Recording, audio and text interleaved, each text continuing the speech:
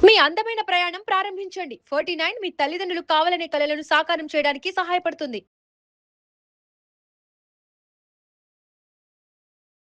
నమస్తే. Welcome to Suman TV. నేను పద్మిని. ప్రస్తుతంతో పాటు ప్రముఖ ఆధ్యాత్మికవేత్త, సూర్య ఉపాసకులు, sun spiritual society founder Vikramaditya garu మనతో పాటు ఉన్నారు. మాట్లాడదాం. సార్ నమస్తే సార్. సూర్యోస్మి తల్లి. సార్ ఏజ్‌తో అస్సలు సంబంధం లేకుండా ఎవ్వరిని చూసినా కూడా గ్రే హెయిర్ అనేది ఎంత కామన్ అయిపోయింది అనంటే అడిగితే బాధ అనిపిస్తది. చిన్న చిన్న పిల్లలు 20, 22 ఏళ్ల పిల్లలకి కూడా గ్రే హెయిర్ కనిపిస్తోంది అనంటే ఏమనాలి అసలు? అట్లా అట్ ది సేమ్ టైమ్ మీకంటే ముందు జనరేషన్ వాళ్ళని చూస్తే వాళ్ళ తలలు ఇంకా నల్లగానే ఉన్నాయి. అవును.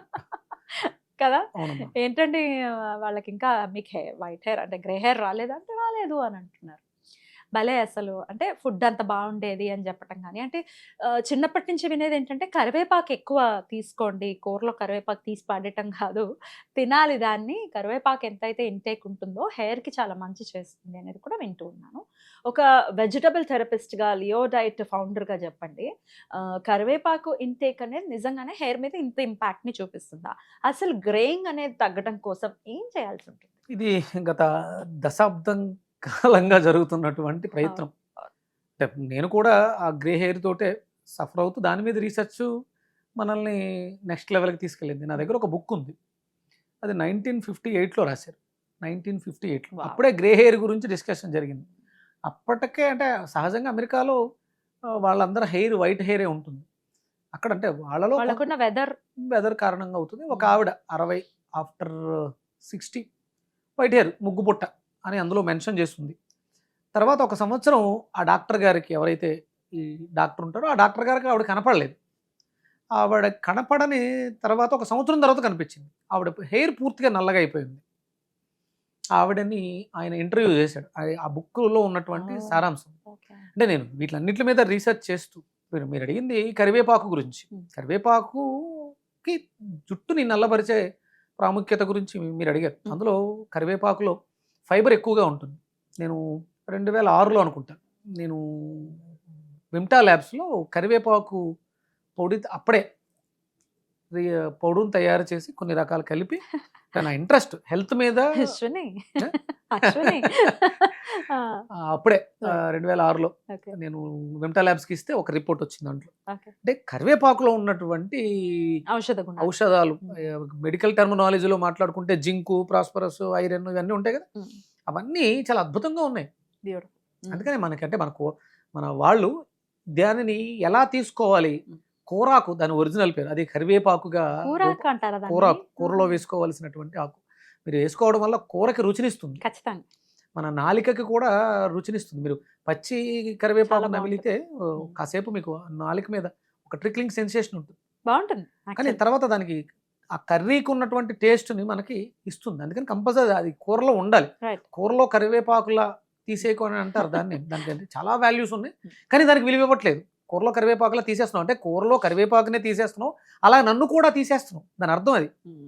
కూరలో కరివేపాకు అంటే తీసి పడేసేది కాదు. కరెక్ట్. ఇక్కడ ఈ 1 ఇయర్ తర్వాత హ్మ్. ఆవిడొచ్చిన తర్వాత హ్మ్. హ్మ్. ఈ డాక్టరు ఆవిడని ఇంటర్వ్యూ చేస్తే ఆవిడ ఇంట్లో ఒక ఇద్దరు పేషెంట్స్ ఉన్నారు. ఈవిడ అంటే తన జుట్టు కోసం రెగ్యులర్‌గా డాక్టర్ గారి దగ్గరికొచ్చేది. ఇప్పుడు ఎప్పుడైతే పేషెంట్స్ ఉన్నారో తను వాళ్ళకి సేవ చేస్తూ వాళ్ళకి ఏదైతే పౌష్టికాహారం పెట్టాలో అవన్నీ పెడుతూ ఆవిడ చేసిన సాధన వల్ల వాళ్ళు నయమయ్యారు. ఈవిడ తెల్ల జుట్టు నల్లగైపోయింది. అబ్బా! ఆ! చెప్తున్నా. ఆ! ఇప్పుడు ఇంతకీ నువ్వేమి ఆ! చేసావు? ఆ! అంతే కదా! నువ్వేం ఇంటేక్ తీసుకున్నావు అంతే. నువ్వు వాళ్ళకేమిచ్చావు? ఆ! వాళ్ళకేమిచ్చావు? ఆ! నువ్వేం తీసుకున్నావు? ఆ! దాంట్లో ప్రధానంగా మనం ఎక్కువ ప్రోబయాటిక్ గురించి మాట్లాడారు. అక్కడ ఈస్ట్ గ్రాన్యూల్స్ దొరుకుతాయి. Dry okay. ఈస్ట్ గ్రాన్యూల్స్ దొరుకుతాయి. ఓకే. బ్లాక్ ట్రాకిల్ ఎక్కువగా కర్డ్ తీసుకుంది. హ్మ్. పెరుగు. హ్మ్. దాన్ని యోగర్ట్ అంటారు అక్కడ. యోగర్ట్. వాళ్ళు అవును. అవును. దాంట్లో. ఇక దాంతో పాటు గ్రీన్ అంటే సూర్యకిరణాలలోంచి వచ్చినటువంటి ఔషధ గుణాలు పత్రహరితం ఆకులు ఎక్కువగా తీసుకుంటాయి. అది లోపలికెళ్ళిన తర్వాత మనకి మెలనిన్ ప్రొడక్షన్‌కి బాగా హుహు. ఉదవుతుంది. అప్పుడు నల్లగవుతుంది. నల్లగవుతుంది. పెద్దవాళ్ళని తీసుకొని ఆవిడ బయటికి గార్డెన్ హ్మ్. వాక్‌కి హ్మ్. తీసుకెళ్ళేది. రెగ్యులర్‌గా చేసింది ఒక సంవత్సరం పాటు.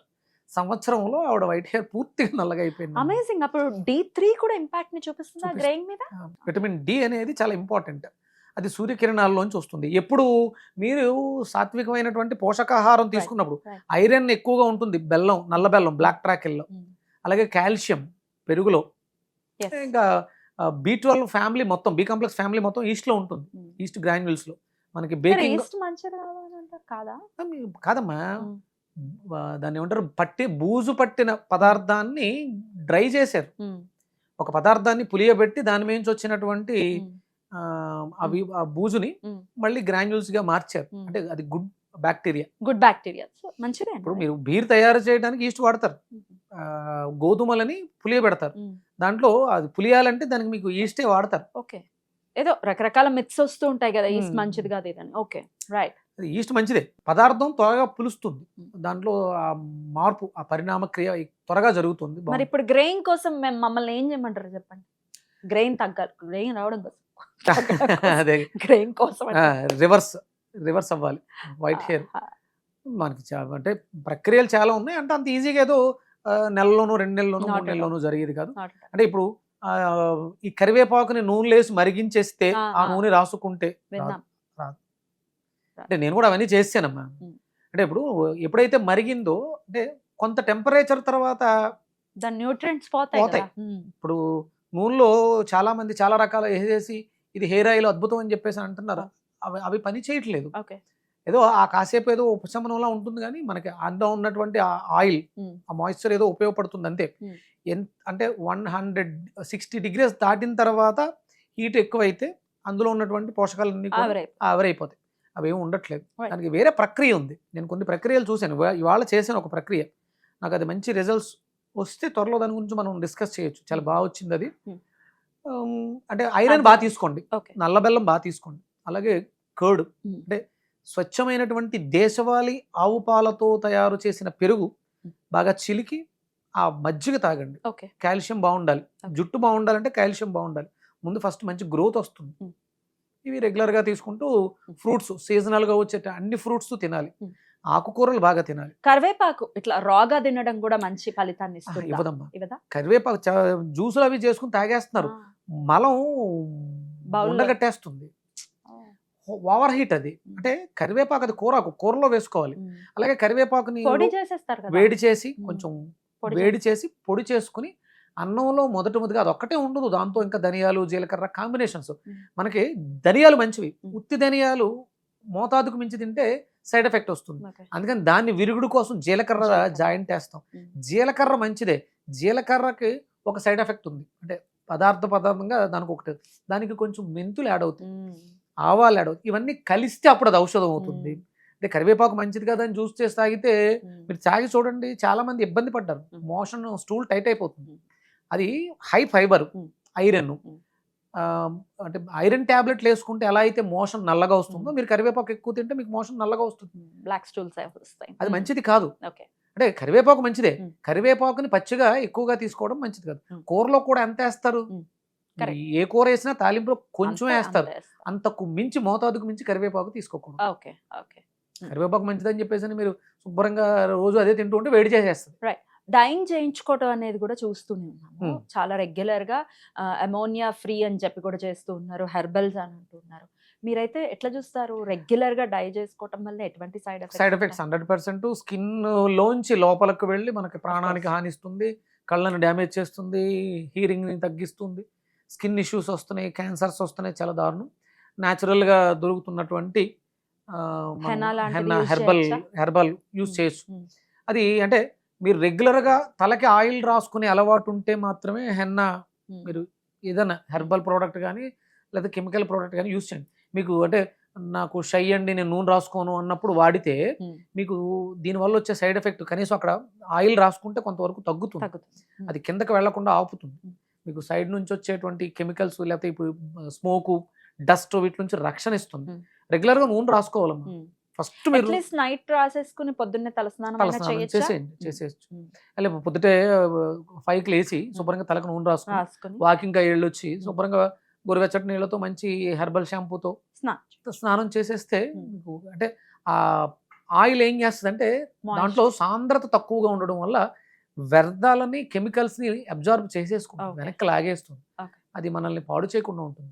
నూనె రాసుకునే అలవాటు లేకపోతే మీరు ఎన్ని రకాల హెర్బల్ ప్రోడక్ట్స్ డైలు అవి వేసుకున్నా మీకు నో యూజ్, ప్రమాదం ఎక్కువగా ఉంటుంది. ఏంటి యూజ్ ఉంటుంది, ఉమ్. తల నల్లగా ఉంటుంది ఉమ్. కానీ లోపల ఆరోగ్యం పాడైపోతుంది. మనకు అది కావాల్సింది అది కదా, ఆరోగ్యం పాడవకుండా ఉండాలి కదా. అందుకని కొబ్బరి రెగ్యులర్ గా నూనె రాసుకోండి. వీక్లీ మీరు- ఎన్నిసార్లు రాసుకోవాలి చెప్పండి? ఏది ఐడియల్ గా వీక్లీ ఎన్నిసార్లు నూనె పెట్టుకోవాలి తలకి? 3-4 డేస్ ఉండాలి. 3-4 days. 7 days కి కనీసం మినిమం 3 రోజులన్నా మీరు ఉమ్. తలకు నూనె రాసుకోవాలి. నూనె రాసుకోవాలి. 7 రోజులు రాసుకున్నారా మీరు వైట్ హెయిర్ గురించి బాధపడాల్సిన అవసరం ఉండదు. Right. తగ్గే ఛాన్సెస్ అధికంగా ఉంటుంది. తలకి మంచి ఏ నూనె బాగుంటుంది? ఇప్పుడు మార్కెట్ లో చాలా రకాల నూనెలు ఉన్నాయి.